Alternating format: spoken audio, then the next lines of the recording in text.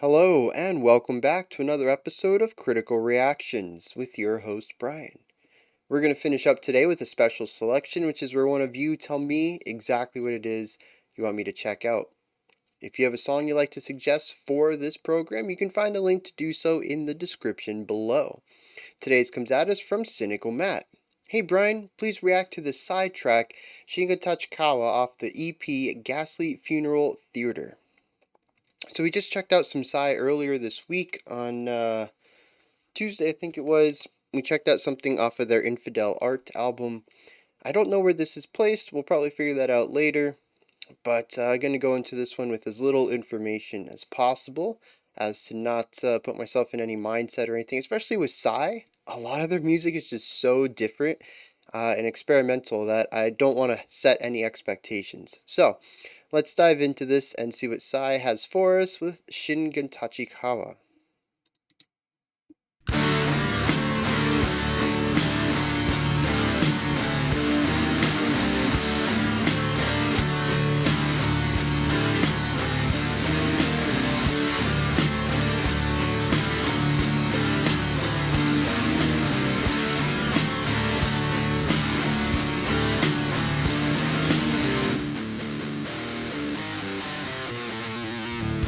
I like how you can hear the snare rattling from the guitar amp.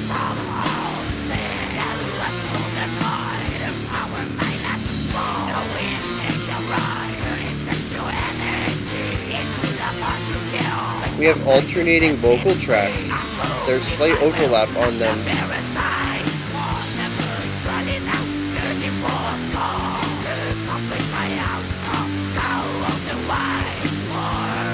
Are there compressed claps? This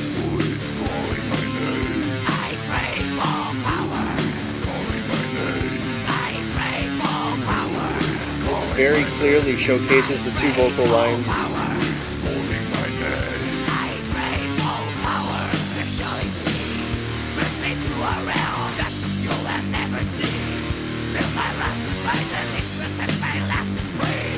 Shingontachikawa, young at the dark gleam, I hold you high.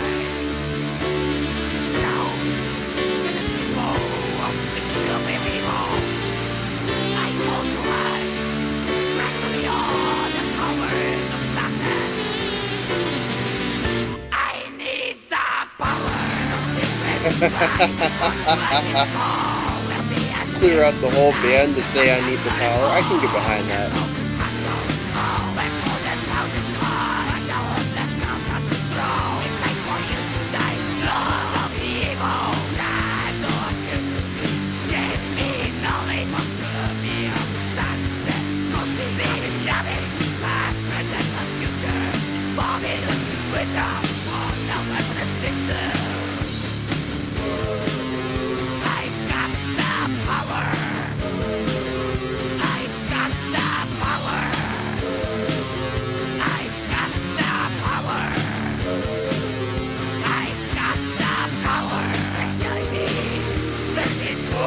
Alright.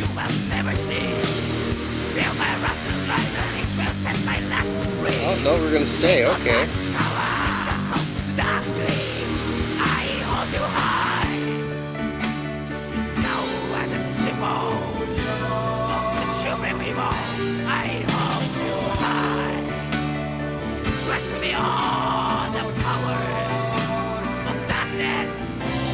I love the dedication and commitment to the vocal style.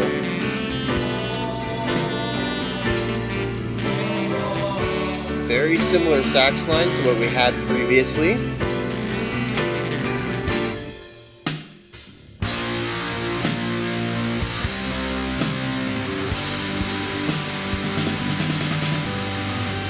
Going for like a big epic rock and roll thing? Hard rock maybe?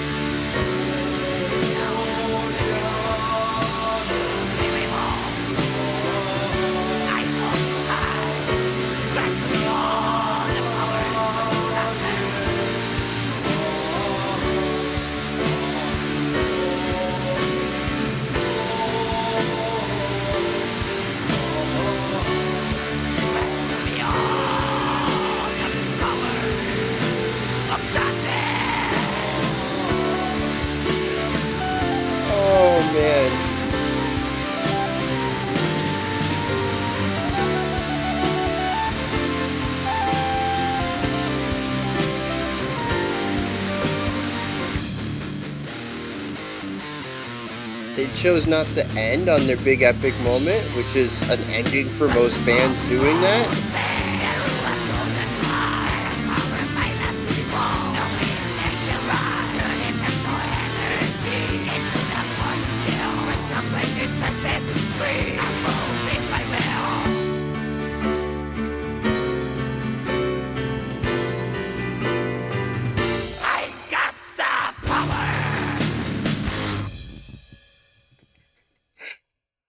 Oh man.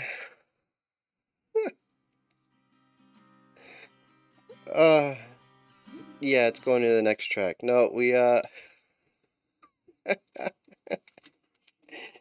jeez. So something clicked in that big epic hard rock moment with it was closer to the end and I just started losing it because something clicked in my head and I began to hear our vocalist as Cornholio from Beavis and Butthead. And I couldn't unhear that for the rest of the track.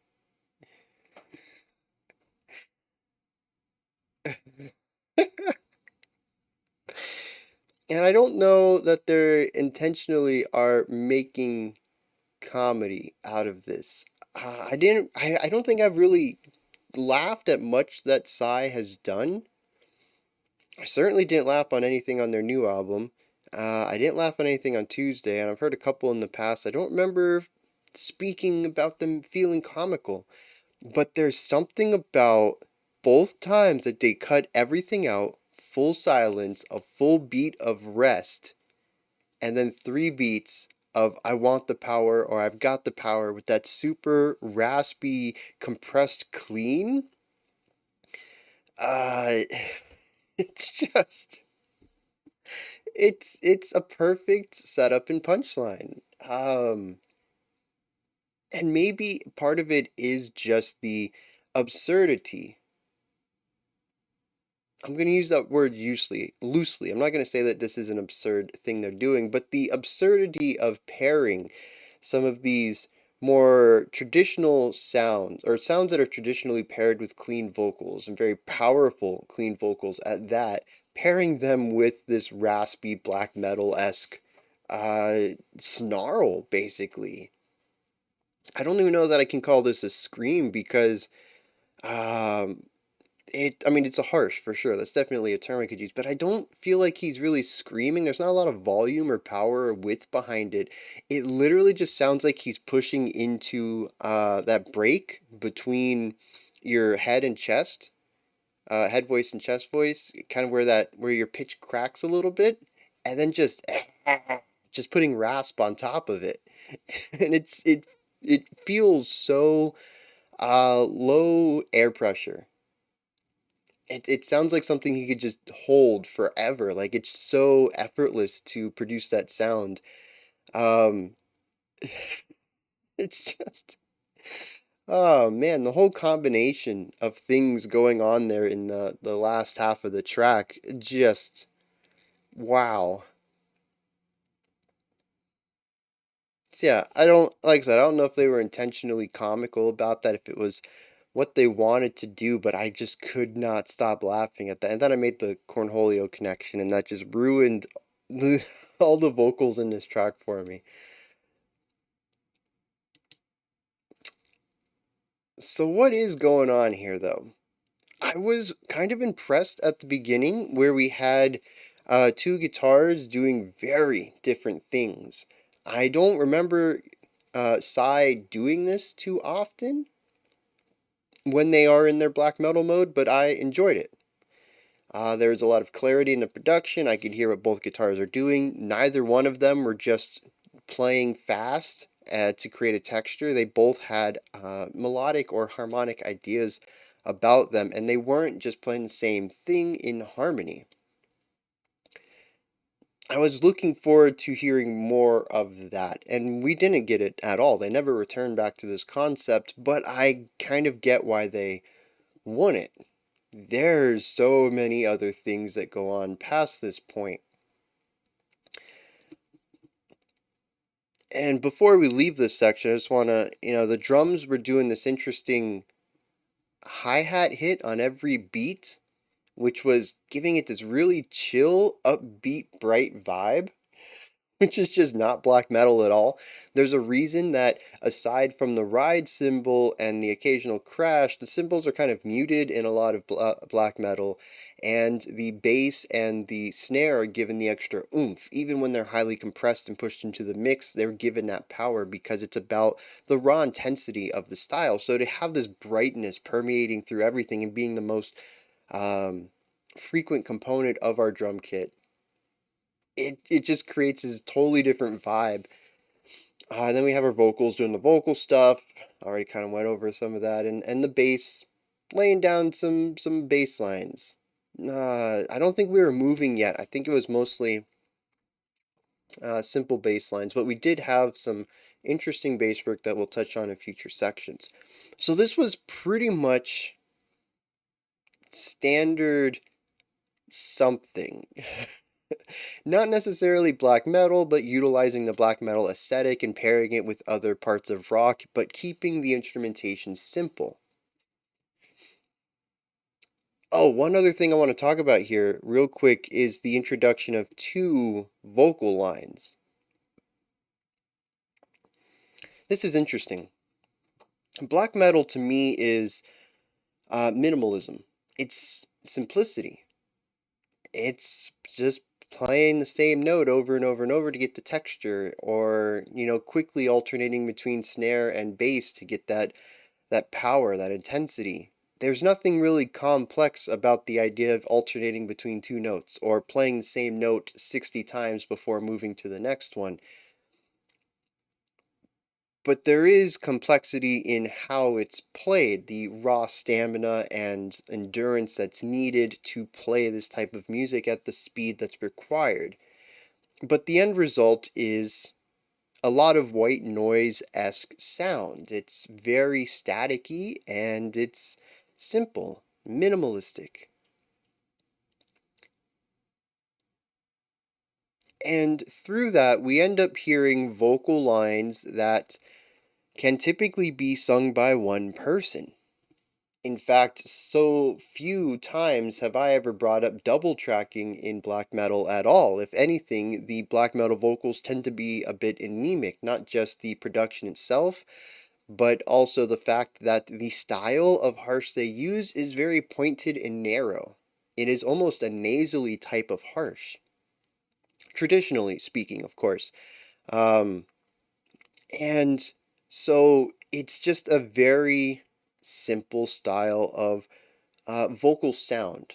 Again, I don't, making a black metal harsh, I'm sure, is difficult, requires tons of practice and training and stuff like that, just like any vocal style. But the end result is something that sounds simple. Not easy, but simple, as it requires little ingredients. And, I'd never thought about this, but a lot of the times when we talk about larger growls, and even some more mainstream styles of fry screams, and especially clean vocals. We're talking about stuff that's double tracked. It's such a standard aspect of vocal recording, and it allows your vocals to gain width. I don't think it's done often in black metal. It might be. I'm not a producer to begin with.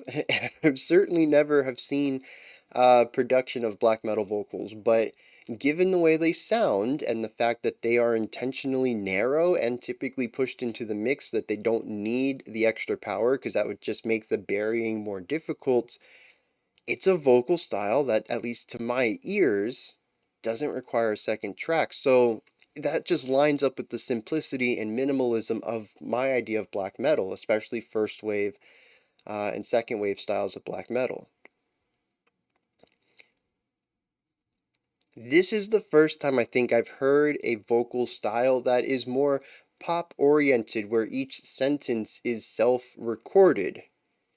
In a lot of instances, I think a lot of black metal could be recorded vocally in one take.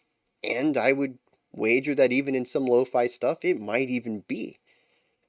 But here there is a slight overlap between the final syllable of a sentence and the opening syllable of a sentence, where they could not be replicated live with a single singer. Now, like most of the times this happens in the studio, the live just cuts off the held note at the end just a hair early so that the vocalist can move on to the next line. But to replicate the way that this sounds, the studio version, live perfectly would require a second vocalist. Not something I've ever heard in black metal before. Not only that, but it was leaned into further when we hit our next section and we had alternating whatever you want to call the primary vocal style and growls. We had a call and response. Not something I think of in black metal. It pushes against the minimalism and adds a complexity layer, especially trying to convert it from studio to live. Just a really interesting decision.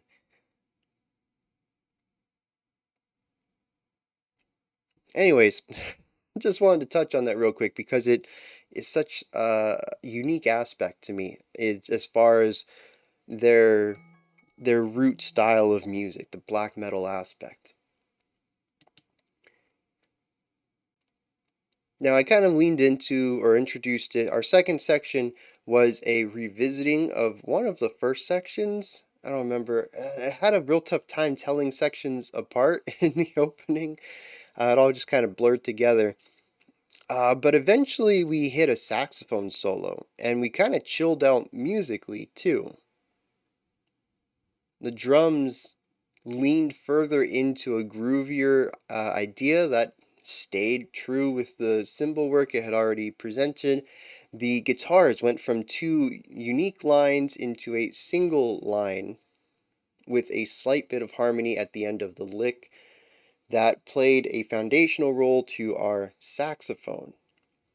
The guitars also and bass also lined up with the rhythmic components of the drums to kind of introduce a groove that we hadn't really seen prior to this moment.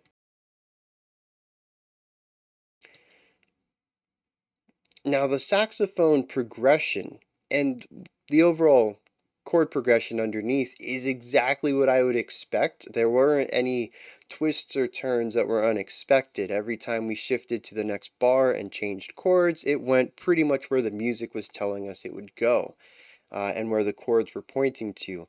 Very typical bluesy style of a saxophone lead saxophone melody. But its inclusion is still interesting. Primarily because it doesn't fit with the music that came before it. This was such a drastic departure from where we were at. And I should just kind of expect Sigh to have this everything in the kitchen sink approach to writing music, but it still catches me off guard when it happens. It's fairly short lived though, and we progress to the next section, which, and as I wanted to point out earlier, here on out we continue to see singularity in our guitar lines. Where our first section showcased a duality in lines where each guitar is doing their own thing, everything from this point on, the guitars share the same idea. There are a couple of moments like our previous, no, actually, like the saxophone solo section we're in right now, where they will split at the end of a phrase to create some harmony. So they'll both be, man, how should I do this? They'll both be here playing the same thing, and then they'll split and do like a harmonized thing, and then when they start the phrase again, they'll be exactly on the same note. So it provides a little bit of harmonic quality and a little bit of contrast at the end of every 4-bar phrase, but it's primarily sounds like a unified instrument. A lot of this probably could be played with a single guitar other than the opening idea.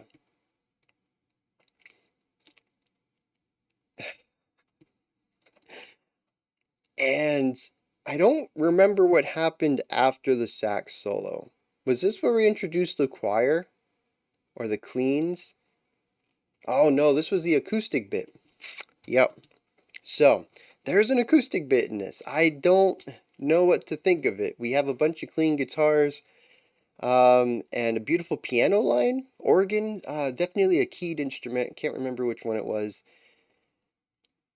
And it was just a gorgeous, uh, moving acoustic section. Had these beautiful moving lines in the piano, had these nice chords being played by the guitars. I think one guitar actually had a moving line that was going opposed to the piano, just making this beautiful atmosphere. And then there's this snarling on top.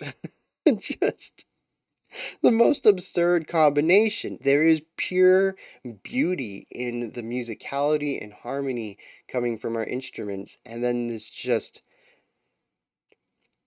nasally, crackly voice on top of it, screaming about wanting the power. It's so absurd. This is absurdist comedy in musical form to me. The most unexpected combination of ideas or unexpected series of events that completely undercut the listener's expectations in a way to introduce uh, a comedic quality to the events that are happening. I don't know why I just broke down absurd comedy for everybody, but I did. And I'm a huge fan of absurdist comedy in more traditional storytelling formats like novels and film. So it makes sense that I'm a huge fan of absurdist comedy in music as well, and I am. Any band that goes in just like the most bonkers direction from my expectations will usually merit a chuckle out of me. I am legit, uh, man, what do I want to say? Whatever. My humor has been tickled honestly in these moments. I'm not just putting this in here for the reaction, right? And it's just it's so tastefully done. It's so smartly done too. Timing comes into this just like typical comedy too. And it's all about allowing the song to breathe and to get the listener off guard just long enough to introduce this absurd moment and cut into their expectations. And it's just, they do it so well multiple times on this track. And this segment, just such masterful, beautiful atmosphere writing. And then the vocals just come out of nowhere. I don't. And that's the other thing too is I mentioned the sheer commitment to this vocal delivery. It does not go well with the sax. It does not go well with the acoustics, acoustic instruments here. It does not go well with the choir that we hear later. It does not go well in the big epic rock ending moment that didn't even end the song. But the vocalist says, "I don't care. We're going to keep utilizing it." And to me, that is also a comedic aspect of it, is just the repetition of the joke. Look at this beautiful thing we've made. We're referencing this other type of work that isn't our bread and butter black metal, but we're keeping the vocals. Oh, look, we're going in this direction, and listen to how beautiful our writing is. And here's the vocals. And just that commitment to the bit. Again, I don't know if Sigh is intentionally leaning into comedy here. They could find this to be one of the most serious songs they have, and it means the world to them, and it's a completely sincere track. But to me, it is just, it's like a Leslie Nielsen comedy where it's played so deadpan and serious, but the absurdity of that deadpan and seriousness against some of the comedic bits actually heightens the comedy of it. Um, it's masterful in a way that I don't think that they're intending, unfortunately. And I could go on and on, but I think I'm just going to be repeating myself. We bring in the choir, and it's very well done and beautiful, but feels at odds with our vocals. We bring in the big rock moment. The guitars have these, suspended, moving melody lines. We have these big drums. The chords are very triumphant and victorious and ready to finish the song up. And then these gnarly vocals come in. And to top that off, we don't even end the song on this big epic ending. Like I had mentioned during the reaction, any other band would have stopped here. Instead, they choose to go back to the black metal for 15 seconds and come back to another epic ending, a different one this time, but in a similar vein. And we have more choir here, and we have a flute solo out of nowhere, and the flute solo sounds so weird against all the other voices and timbres present. And then the vocals come in again, and like, it really feels like masterful comedy. But I don't think that that's what their intention was, and I kind of feel bad approaching it that way, but that is the thing that makes the most sense to me.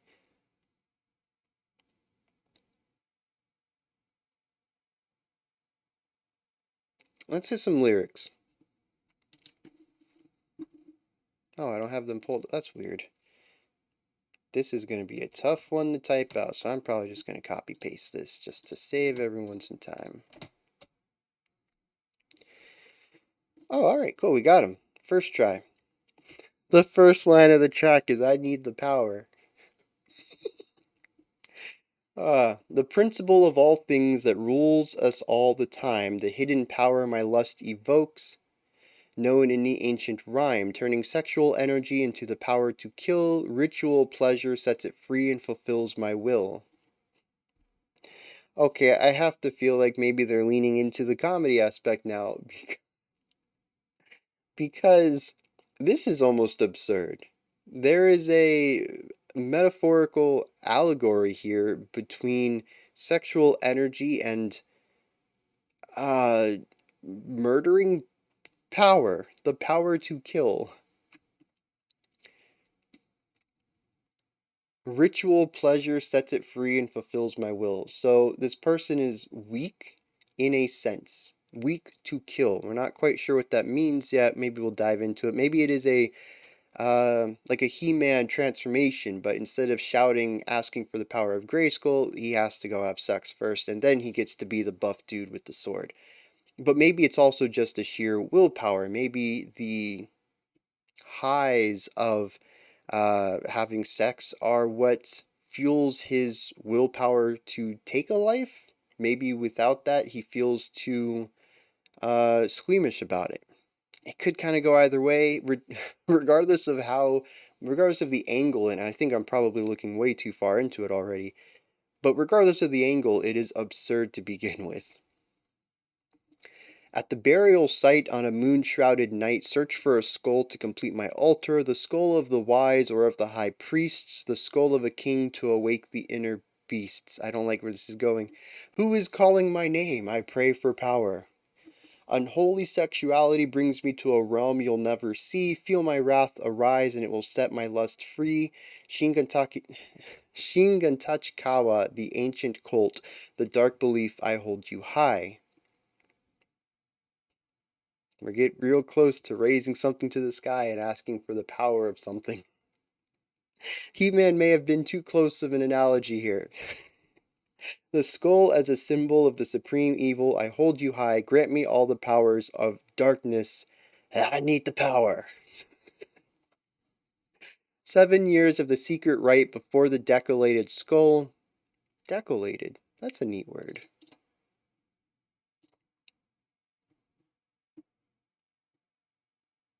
To separate the copies of. What?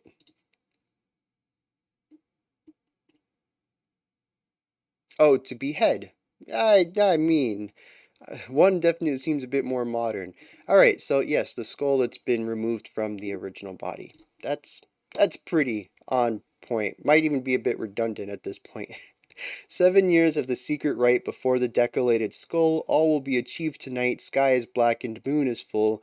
The incense of Honganku burnt more than 1,000 times. Mandala on the skull starts to glow. It's time for you to die. The Lord of Evil and Shadow appeared to me, give me knowledge, and spoke to me of Sans, crossed the abyss between past, present, and future, the forbidden wisdom, for now I possess Jinsu. I've got the power. Um, so I thought we were, hello? I thought we were on to something. with the first half of this, and I got kind of lost after that. I thought we were talking about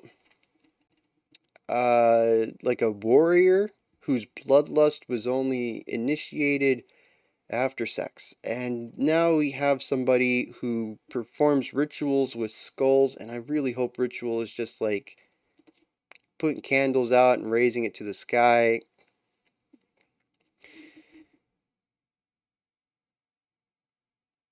Uh, we did say ritual pleasure sets it free in the very first stanza. Okay, I think I know where this is leaning, and I think that's all that I need to say about this.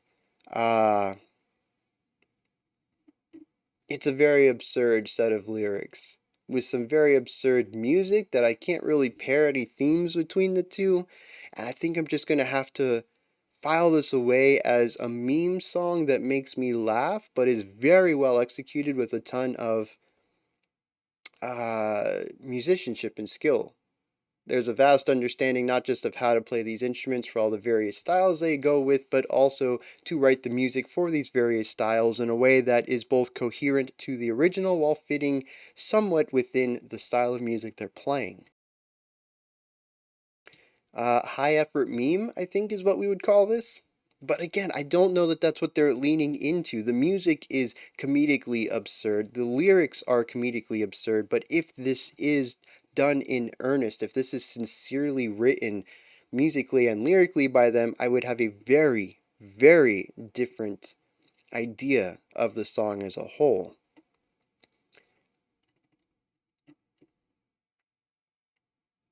But I would almost put this on the same level as uh, man, what was that group we listened to with the two clowns and everyone kept telling me I should do the porta potty sessions?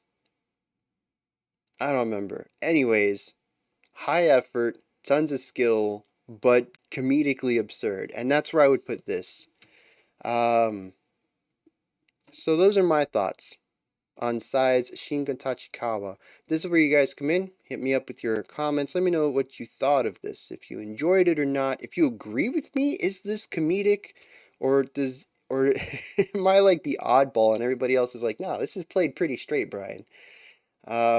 Also, if you agree with me, disagree with me, have things you want to correct me on, let me know. Above the comment section is a description box, and there's a link for Linktree. Takes you to this menu right here, has links for everything related to the channel, including ways to support the channel and to find communities around the channel. Above that, if you could, like, subscribe, and ring the bell, I greatly appreciate all three. That wraps it up for today. We'll be back tomorrow, 5 p.m. Eastern Standard Time, 9 p.m. UTC, as usual. We're going to look at our final track for Horns Week, as well as the creator request for the week.